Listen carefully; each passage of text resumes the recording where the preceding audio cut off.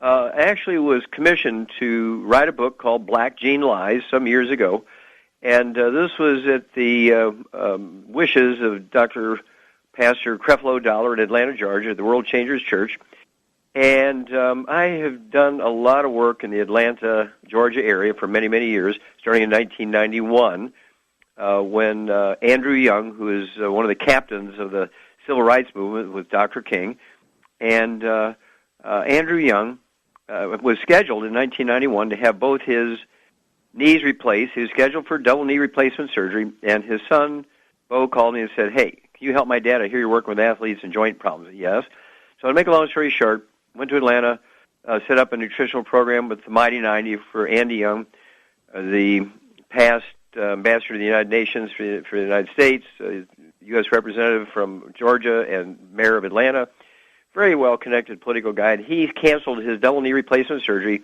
I rebuilt his knees in 60 days, and we've been good friends ever since. He's been using the Mighty 90 every day since then. He just walked 5 miles. He swims 5 miles a day. And at 83 years old, he's a great guy. I can knock on his door at any time of the day or night, and we'll talk. We just are great friends. And he introduced me to Pastor Dollar, whose 11-year-old daughter had terrible asthma, was not responding to medical treatment, and using the 90 essential nutrients and changing her diet a little bit, we were able to solve her problem. She's 11 years old, not responding very well to medical treatment, and we're able to turn it around and eliminate her asthma completely, just in 2 weeks' time.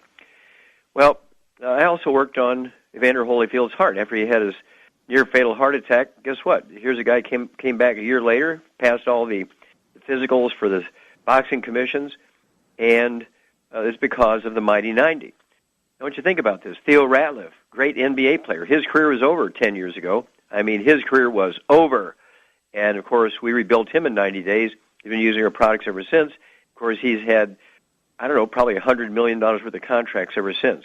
So we're very, very excited about all the contribution we've given to modern times for the black community. Now, the beat goes on.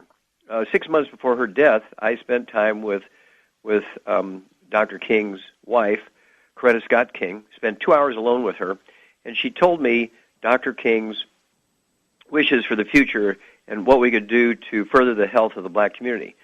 And I'll just sort of regress here just a second and leave that for a moment.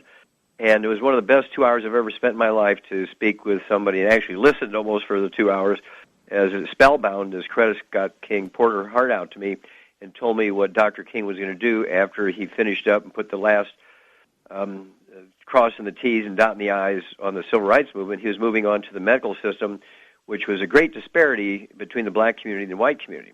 At any rate, in this last census that came out in 2010, it's very clear that the average black man in America lives to be 62, the average white man in America lives to be 75.6, and the average Hispanic man lived to be 80.6, 18.6 years longer than the black man. Not genetic, it's simply that the Hispanics still use grandma's home remedies, and the black community overuses the medical system because they've been taught incorrectly and fraudulently that all the diseases that afflict the black community in greater percentages than the white community are because of some terrible black gene. Well, Pastor Dollar wanted me to write a book called Black Gene Lies, which I did. You can see in the acknowledgments we acknowledge Pastor Dollar and his church for funding the project. And this book goes into all the diseases that are thought to be genetic in the black community, and the medical doctors use the black community as an ATM machine. And they just tell lie after lie after lie to the black community. There's no law requiring medical doctors to cure you when there's a cure available. There's no law requiring a doctor to prevent a disease in you when there is a prevention available. And this is the basic root of the problem. This is why Dr. King was moving into the healthcare field after he finished up with the civil rights movement. His life was cut short.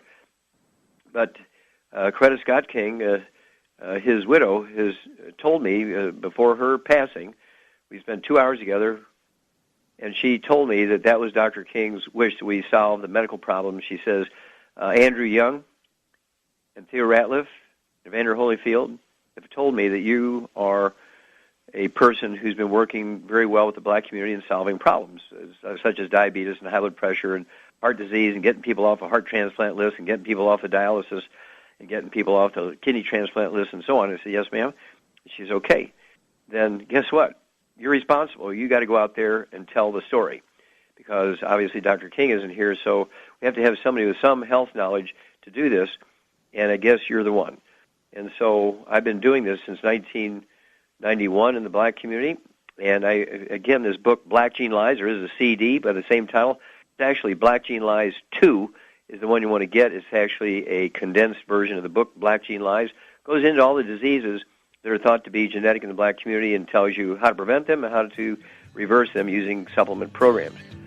Well, don't forget, if you want to know who Jim Crow was, if you want to know who coined the term black gene or black is beautiful, who coined the term black is beautiful? Who was Jim Crow? If you get a hold of that book, Black Gene Lies, and I have actually won dinners from university black historians because they didn't know.